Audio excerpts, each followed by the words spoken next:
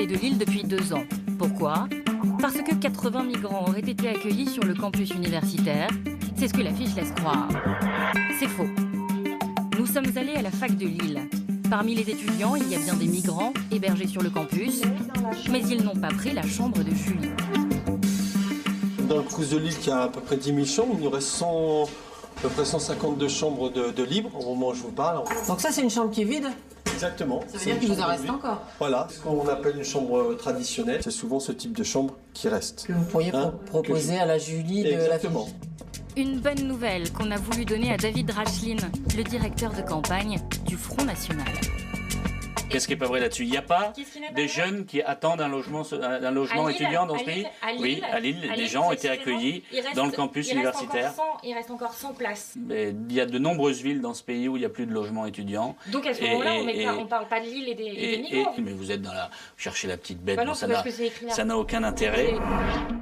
Deuxième affiche. Pierre, agriculteur à la retraite, vit avec 284 € par mois, quand les demandeurs d'asile recevraient, eux, 330 € par mois. Ça n'est pas encore vraiment ça. 330 € versés par l'État pour les demandeurs d'asile sans hébergement, c'est vrai, mais 284 € de retraite pour les agriculteurs, c'est incomplet. Comme tous les Français à partir de 65 ans, les agriculteurs peuvent demander l'ASPA, l'allocation de solidarité aux personnes âgées. Avec cette aide, la retraite minimum est de 800,80 €. Un agriculteur à la retraite ne touche donc pas moins qu'un migrant. Dernière affiche, Sandra dort dans sa voiture avec son fils depuis 3 mois parce que les logements sociaux seraient saturés par l'immigration à contrôler. Eh bien, c'est faux. Et au ministère du Logement, on nous confirme que les logements sociaux ne sont pas saturés par les migrants. Les personnes qui sont en situation illégale en France et même les personnes qui sont en demande d'asile, les personnes qui viennent d'arriver, qui n'ont pas de papier, ne peuvent pas accéder à du logement social. Pour Sandra, mère seule avec enfant, il existe aussi des hébergements d'urgence. Au fait, on a demandé au Front National de nous présenter Julie, Sandra et Pierre. Demande refusée, peut-être parce qu'ils n'existent pas vraiment.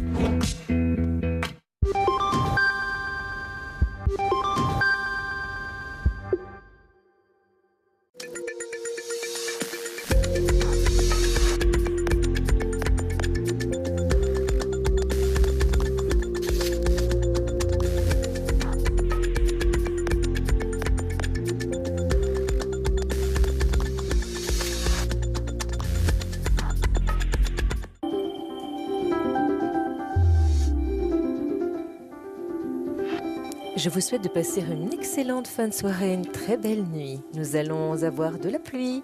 Et oui, une pluie continue associée à un vent de sud qui soufflera de la façade atlantique à l'intérieur des terres jusqu'à la Manche septentrionale. Grisaille sur le nord-ouest du pays, mais temps plus sec avec un vent de nord-ouest sur la Bretagne, le Cotentin.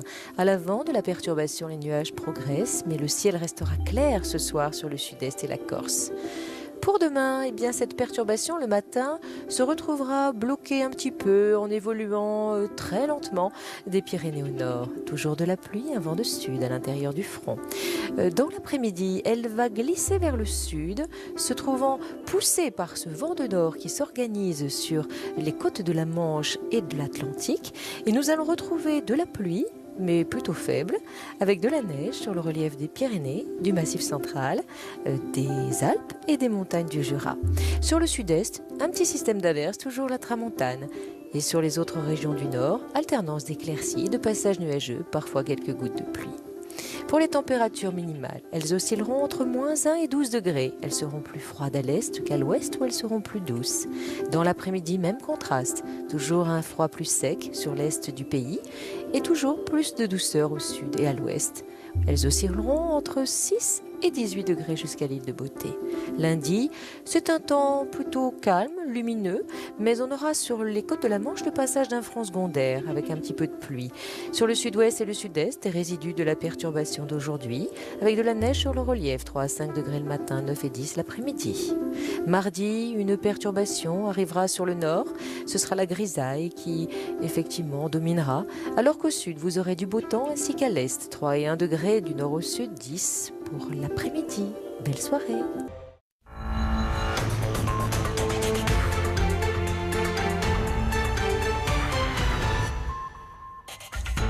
As France prepares to mark the first anniversary of the November 13 terror attacks, Paris's Bataclan Concert Hall reopens its doors to the public with a concert by British pop legend Sting. While Donald Trump huddles with his transition team in Manhattan and makes conciliatory statements, thousands of Americans spill into the streets for a new day of protests against his election win.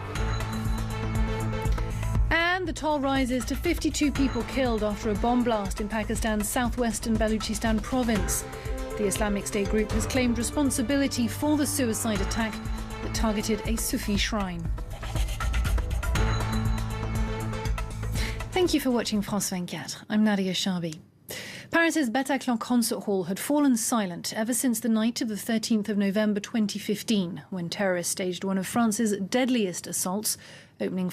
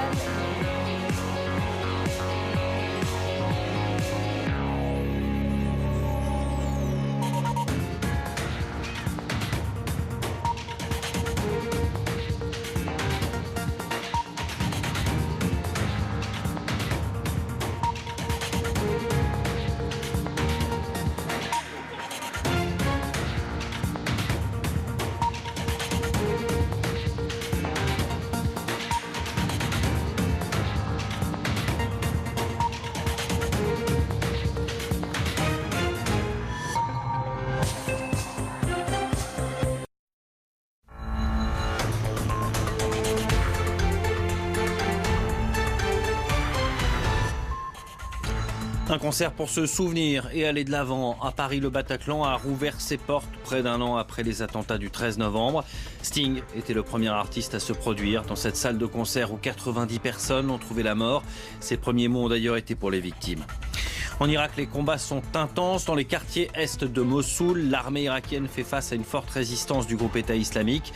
Dans les secteurs libérés, la population est soulagée, mais toujours sur le qui-vive. Vous verrez cela grâce au reportage de nos envoyés spéciaux. Et puis certains Américains manifestent toujours contre l'arrivée de Donald Trump à la Maison-Blanche. Quelques jours après son élection, le futur président des États-Unis semble adoucir son discours sur son programme, mais aussi à propos d'Hillary Clinton. Donald Trump qui constitue son équipe de transition avec, vous le verrez, notamment des membres de sa famille. Bienvenue sur France 24. Il faut se souvenir de ceux qui ont perdu la vie et ensuite célébrer la vie. Ce sont les premiers mots du chanteur Sting tout à l'heure sur la scène du Bataclan. L'artiste britannique était le premier à se produire dans cette salle de concert parisienne depuis les attentats du 13 novembre. Il y a un an, 130 personnes ont perdu la vie dans ces attaques, 90 dans ce seul Bataclan. Ethan Hadji. D'abord, se souvenir et honorer ceux qui ont perdu la vie dans l'attaque il y a un an.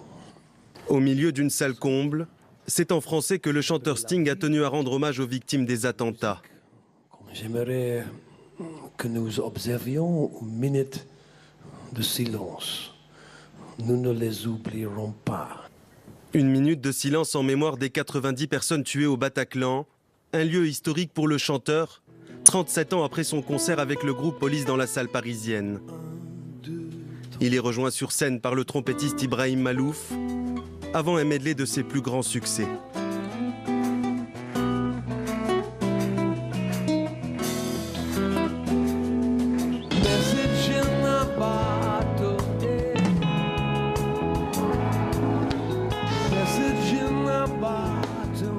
Pour sa réouverture, le Bataclan affiché complet. 1497 personnes très exactement étaient présentes au concert de Sting. Parmi elles, les proches des victimes, des personnalités politiques, mais aussi des anonymes venus se recueillir en déposant des fleurs et des bougies à quelques mètres de la salle. Pour ce premier concert depuis les attentats, les recettes de la soirée seront reversées à 2 associations de victimes.